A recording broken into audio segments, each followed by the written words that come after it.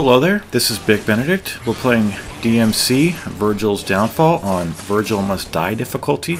This is the first engagement in Mission 2 of what will be 6 total missions. And we are in this hellish industrial area, and we have some of the Death Knights and some standard Stygians. So the one thing that I did want to point out was that when you do use Devil Trigger for Vergil, you don't get your HP siphoned into, you don't regain HP the way you do in the other campaign, and that's rather frustrating, especially for a run when we aren't permitted to use items.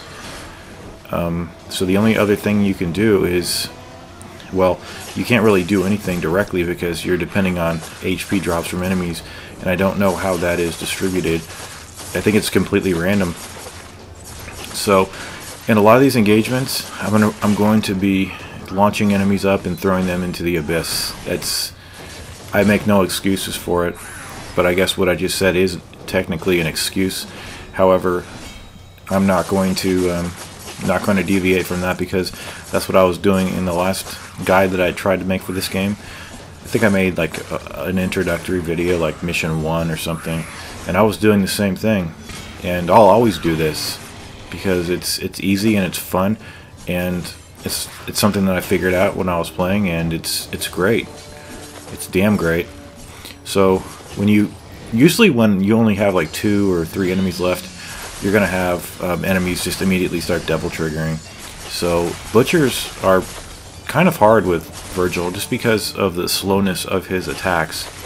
So what you can do, he has a vertical jump. He does not have a double jump, but when you do jump, you can extend your hang time, particularly if you're waiting for combos to end, like that guy's 5-hit combo. That was an accidental parry. I take no credit for that parry. Definitely, that was completely accidental. So when he blows up, just run away from him, and that's the end of it. There's just 2 waves there. But Vergil's attacks, I wanted to point out as well, they can be canceled out by jumping and by what else is it? There's jumping. There's another way you can do it too. I can't remember what it is. Like there's a couple of types of cancel out of animations. Oh, jumping and evading. So pressing the X button or the A button, whatever your control scheme is. And then we have an interesting fight over here. There's a portal, you might notice, right there in that archway. And if you approach it and try to go in it during combat, it'll tell you that it's inaccessible during combat. And we're going to be going through portals in this campaign. I won't bother you with the little special effect of going through the portal, because it's just a time waster and potential loading. I'm not sure. Whenever I see like 3 waves, and then you'll do a couple waves or even just 1 wave, and then you see a close-up of the character in a little scene, which I always edit out, and which I sometimes miss. I think I missed it a couple times in my other guide. I sometimes think that's loading too. With this game, it doesn't really load that much unless you're entering and exiting levels. It's pretty damn good about that.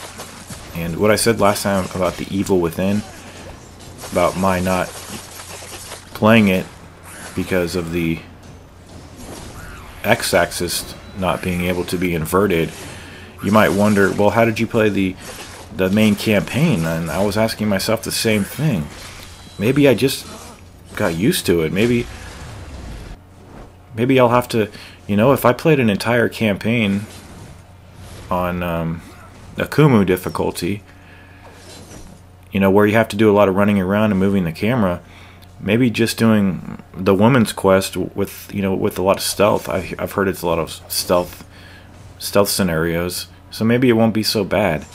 And I'm not saying that it's impossible for me to play, but it's damn frustrating.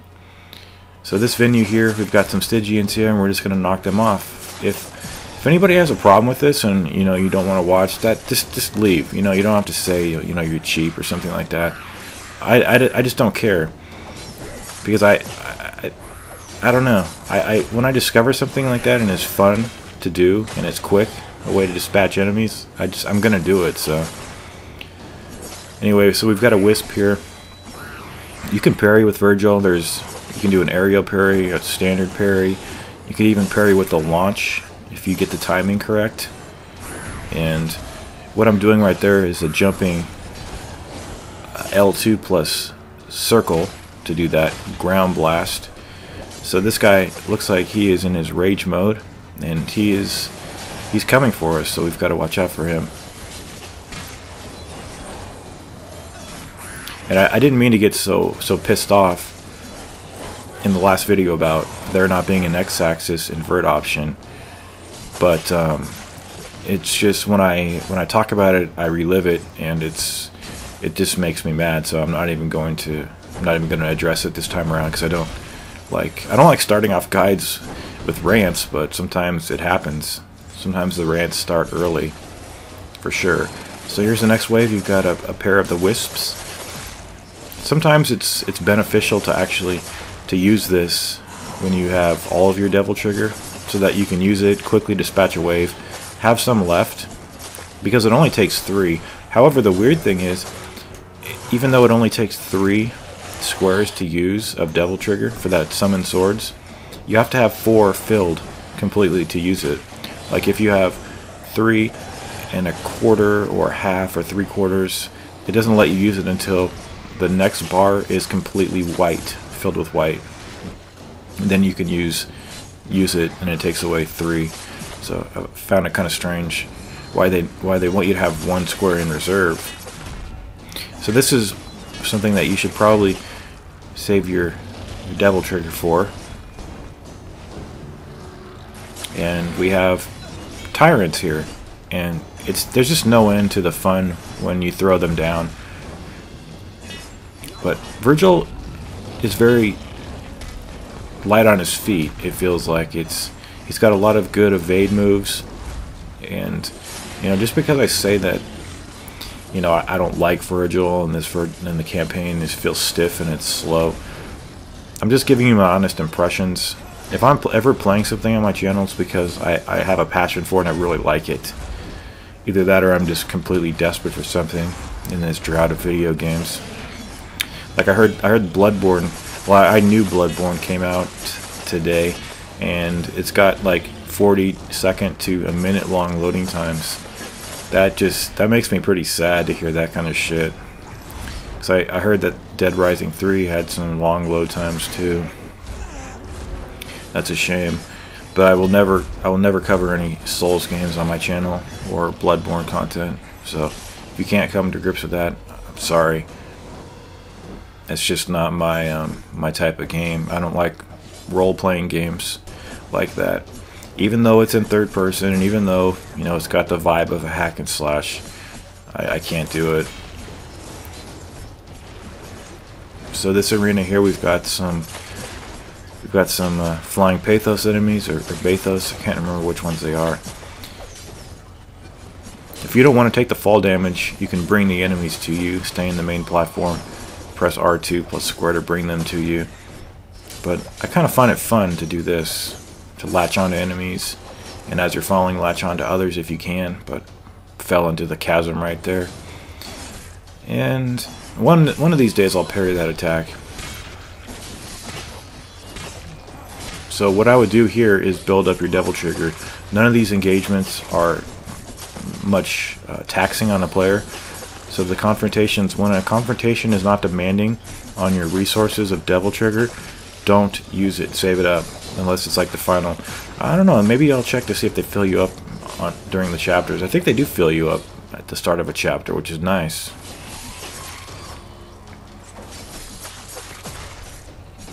And you could also throw swords by pressing the square button, but it does chip damage. It's just like the gun, does chip damage. It's not for killing enemies.